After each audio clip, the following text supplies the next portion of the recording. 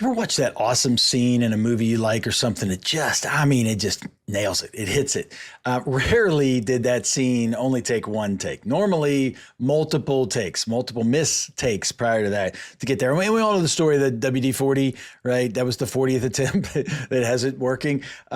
We know these things, right? But we also have sometimes trouble applying it to our own lives when we make a mistake or we mess up, that we feel like it's a real problem when actually it's a part of the journey, right? Well, today's Q&A episode, I'm going to cover some of my mistakes, but also some of your questions around the goal setting and such that we talked about in the last episode that I've been working pretty hard on over the last several weeks. So let's see. Let's start with my mix up. So as I mentioned last time on the episode, I really have went after task switching really strongly. So normally in a day, let's say a past day last year, I'd fire up. I get up early before anybody else. I triage a lot of the messages, those kind of things, whether it's email, Slack, text, whatever. And then I do jump into my own time, and I've got all kinds of things. But then throughout the day, I'm also doing that triage in between meetings, in between calls, in between work that I'm doing. I'm triaging. I'm going back to Slack, our internal messaging. If you got Teams or whatever, we talked about this, and I'm doing that throughout the day. And by the end of the week, actually before the end of the week, normally by the middle of the week, it's hard to complete sentences. My brain is on fire. I can only imagine what those brain imaging things would look like throughout the day. My head's probably like, pulsing flames and heat. So one of the tenets of what I'm trying to do with my model today and in this season is cut a lot of that task switching out. So and I found it worked. I think. I mean, the first couple of weeks of the year, man, I was like, whoa, now I know the first couple of weeks of the year, so we'll see. But 2 weeks ago, I slipped on. Sorry. So then the first 2 weeks were great. Then the next week we had an offsite where I was in meetings all the time. We were putting our strategy together, sales meeting, that kind of thing. And so very different model than I normally am in a week. And so it kind of broke all that. Well, when I came back the following week, the first Monday or Tuesday, I fell back into my old stuff. I made a mistake where I was just back and forth. I was jumping into email in between meetings. So I'd finish up a call. Maybe I had 5 minutes. I would jump in and triage and get that old feeling again. And hey, that's great. It's responsive for folks. Last week did the same kind of thing, or maybe it's this week. I don't know. A couple of weeks of that. But midweek I was feeling like, okay, what's that word again? And how do I even say that word? And different things like that. And it occurred to me, oh.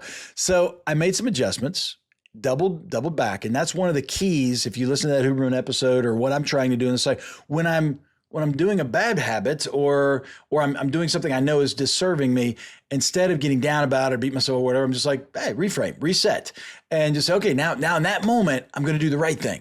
And that's been awesome. I got to tell you, it's just kind of played out. And I'm not saying anything you don't know. And certainly, I'm certainly not highbrow in things, right? These are things like, you're like, of course, dude, you hillbilly, you just learned this. I've known this, but when you play it out and in these different seasons, these different applications, it just hits differently. And so right now, when I am, in between things, like if I finish recording this and I jump right into my email, if I have those moments and I can catch myself, I can have the awareness to say, ooh, wait a minute, whoa.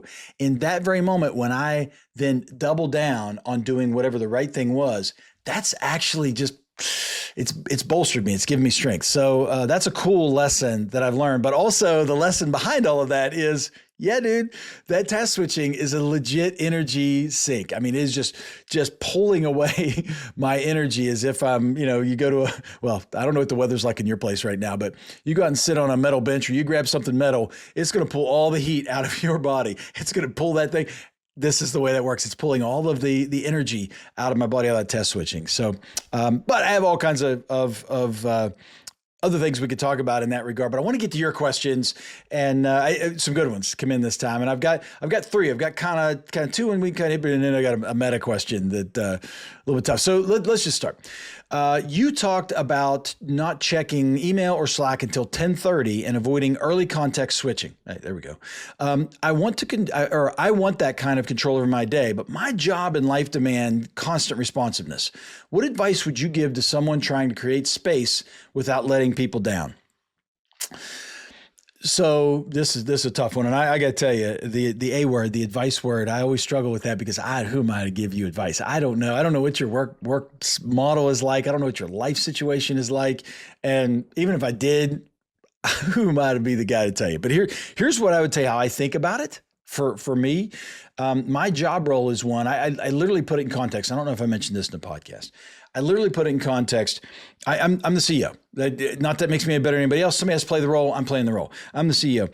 And do the employees at Mountain Leverage want, if they were to think about how does the CEO spend their time, would they want me, the CEO, to be in and out of email constantly, triaging messages, all that kind of stuff? Is that high value work? Is that what they want me doing? Or do they want me planning out the strategy, putting together some execution plans, those guys, what engaging with others in the organization or outside the organization to understand what's going on in the market or what's going on in our organization, to be able to make good decisions and help drive the vision?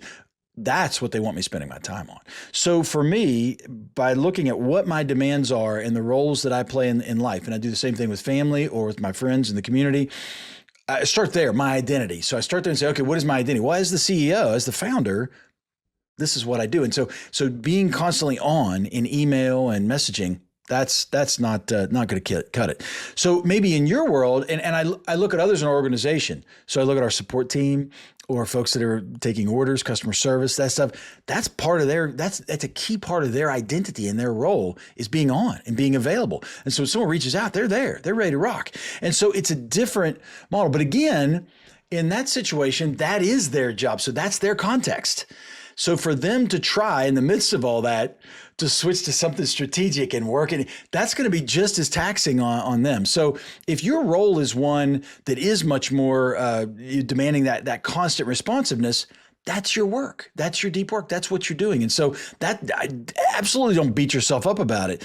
But I think you might want to consider if you've got bigger stuff to move or things that take deeper work, you probably schedule that. And maybe you do go offline for a period of time for a portion. Maybe that's not something you can do every day.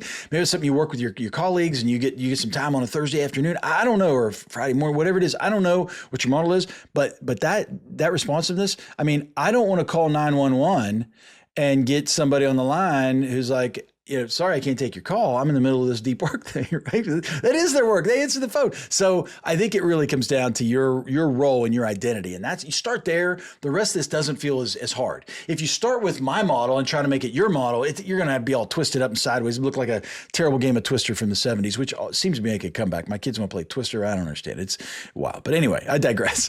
The second question. So hopefully that helps. I don't know. Again, advice for you is tough for me. I don't know. But I love the question.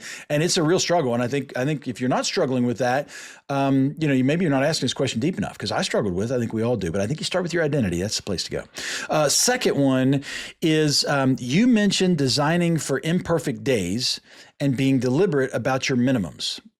But what do I do when I don't even know what my minimums should be, when I've lost sight of what matters most? Sorry, I'm reading like I'm in elementary school here. I'm not sure what's going on with my reading comprehension at the moment. But all right, so I mentioned designing imperfect days, being deliberate about your minimums.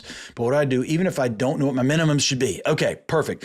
That's right. In the last part, I've lost sight of what matters most. I think that's really important. The minimums, that's tough. Like if you don't know where it is, you could sit and really spend hours and hours and hours cycling on trying to determine what is that minimum? What is that minimum?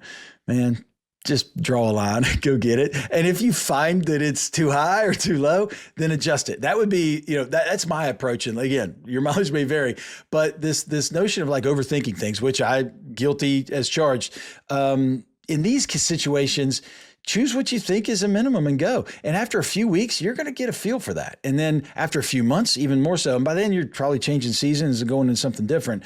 You sit and overthink it too far, you're going to be days and weeks in and not even able to benefit from things. So I don't want to sidestep this question, but I would say choose one.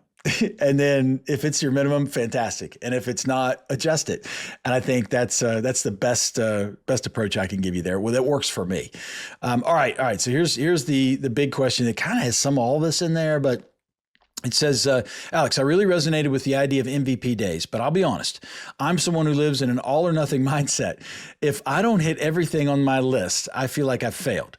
Even the idea of a minimum mistake makes me feel like I'm lowering my standards or letting myself off the hook. How do I actually rewire my mindset so I can adopt something like this without feeling like I'm just making excuses or worse, slipping into mediocrity? Oh, man. Man, do I get this? Get out of my head. All right. So I understand what you're asking, and there's a lot here. I mean, if you are, those of you that are listening, and I know we got folks listening from all specters of life, those of you that are psychologists and whatever else, I mean, you're reading this guy right up and down, and I get it. You do the same with me. There's a lot of wording and phraseology in here that absolutely is pointing to how they see themselves in the world. And it's beautiful. I'm not making fun of this person. Again, I resonate with this pretty highly. But let's go through some of this. And I really want to start one with letting yourself off the hook. Regardless of standards, regardless of anything else, we are all, meat sacks running around this dirt ball trying to figure it out. So I think grace is the right place to start, regardless of anything here. And when you're talking about optimization is it's a luxury. If we look back generationally, how many generations do we have to go back where just staying alive is the win, and so finding enough food to exist is the win. And now we're like optimizing what we do with our time on a Monday through Friday. So I think when you put that in perspective, grace, man, grace to yourself. Maybe you're a mom, maybe you're a dad, you got a company going, or you're working in a team, or I don't know, but you're already killing it. You're already blowing away what your previous generations have done. So please, God, please give yourself some grace. So let's start there. Grace first. So please don't beat yourself up. Please don't, let yourself off the hook. All right. But now let's go. What was the So then it's this whole, slipping into mediocrity. Boy, do I love that. We've talked about mediocrity and I love the etymology of that by, going halfway up up the mountain Ochre in Greece, and mediocrity is people who talked a big game, but then when it came time to climb the mountain, they only got about halfway up. That's a beautiful thing. And the fact that you're here, I'll give you another one that feels like I'm letting you off the hook a little bit. The fact that you're asking the question and it's a concern of yours, a consideration around mediocrity, again, based in grace, tells me you're not mediocre and you're not going to be happy in mediocre and you're not going to slip into mediocrity because it's important to you not to. And so I know that sounds very Yogi Berra-ish. I get it. But yeah, I think the fact that that's on your radar, that's awesome. And so I don't think you'll make excuses. I don't think you're gonna be in a situation where you're gonna look around and go, oh, damn, I'm mediocre. I think you're gonna keep looking for it and growing. So, all right. So those two things, just want to get those out of the way. Now let's talk about, let's really get into the nuts and bolts here about an all or nothing mindset. And it's funny. I live in two worlds. One world is I'm okay with just kind of chip shotting it, right, and doing the best and seeing where it lands. And in other ways, it's like has to be perfect or can't touch it. And I don't understand why those two can exist and coexist in one body. And maybe you're the same, but it's really, I think, a slippery slope or a dangerous thing to hold yourself in accountability in something like this, that it has to be all or nothing. But if that's your thing and you can't get out of that, grace, you're having trouble finding grace, or, you're having trouble, with worrying about whether you're mediocre or not, I think taking it and looking at yourself in a way that has you saying that the MVP is the goal. So set the MVP, the lowest thing you can do. Set that's your win, right? So any progress P is the most important word we can talk about here. If you're gaining progress, that's the win. So create an MVP day, that lowest day. Make that your mountain that you're climbing. You're not going halfway up to that. Make that your mountain. That's what emotionally, that's where you feel I'm nailing it if I'm hitting MVP. Everything else above that is like gravy on to the max. Gravy. So that worked for me. So I'm saying this was personal experience. I took and made the MVP a win. So I know if I finish the day and it was MVP day, I had to be like, hey, it's MVP day. And again, for those of you that maybe didn't listen to the other episode, I probably should have clarified that beforehand. MVP, minimum viable productive day, right? So it means you just got those few things. And it's really important to be deliberate and intentional about what those few things are. 3 things, 4 things, whatever, maybe only 2. If you do those 2 or 3 things in that day, you've won. That's an MVP day. Other days, you're going to feel better. You're going to be able to do more and all that. But I guess my point is for this kind of mindset, which I think many of us struggle with. For me, what I did was I made sure that my MVP day was a win. Now, that was a lot about emotionally aligning myself with what that would bring outcome wise, and it works. You can't BS yourself on this. You're going to know if you're like lowering the bar and going, no, that's a win. Oh, gee, I'm going to do a 3-foot jump and that's a win. No, you do want to set it, but my point is, see the progress as the win.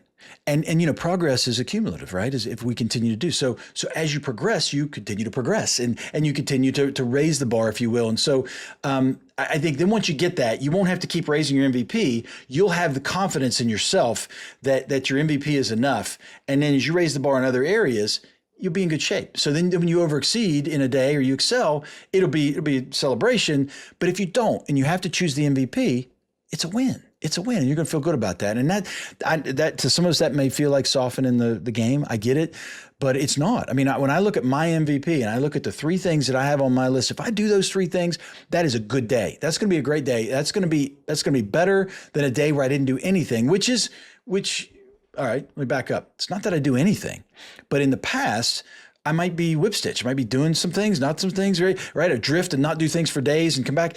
It's the discipline that's bringing you focus to the things that you feel are core and most important for you to flourish.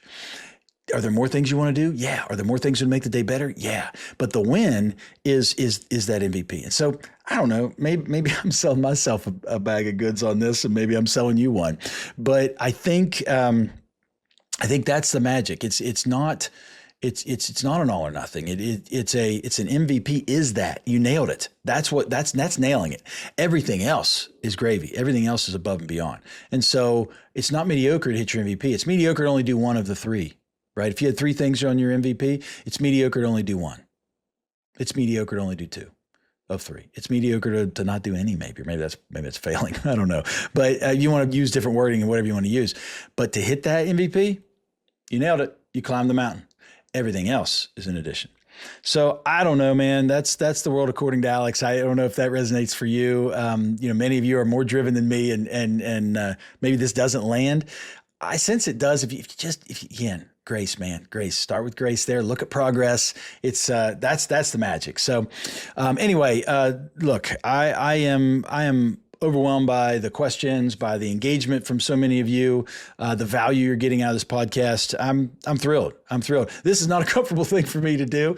We've talked about that. I obsess about it. I try not to talk too much about it. It's just not a comfortable thing, but I have really kind of settled into having these conversations with y'all, and I'm loving it, and it's good. And the fact that it's valuable to you is really that's the piece that's connected to me. So I would love the more I get, these kind of responses back and engagement from, whether you like or share. I hear people I always hear from somebody. I shared it with somebody else or whatever. Man, that is so cool, and that just spurs me on. So that's the only ask I have for you. I mean, I want you to seek flourishment for you. But I would love if you found value in this or any of the podcasts we put together. I'd love for you to share this with someone. Give a review wherever you're listening to this thing. That would just be great. That would give a chance for others to also share in the conversation and maybe get some value out of it. So with that said, I hope wherever you are, I hope you're flourishing.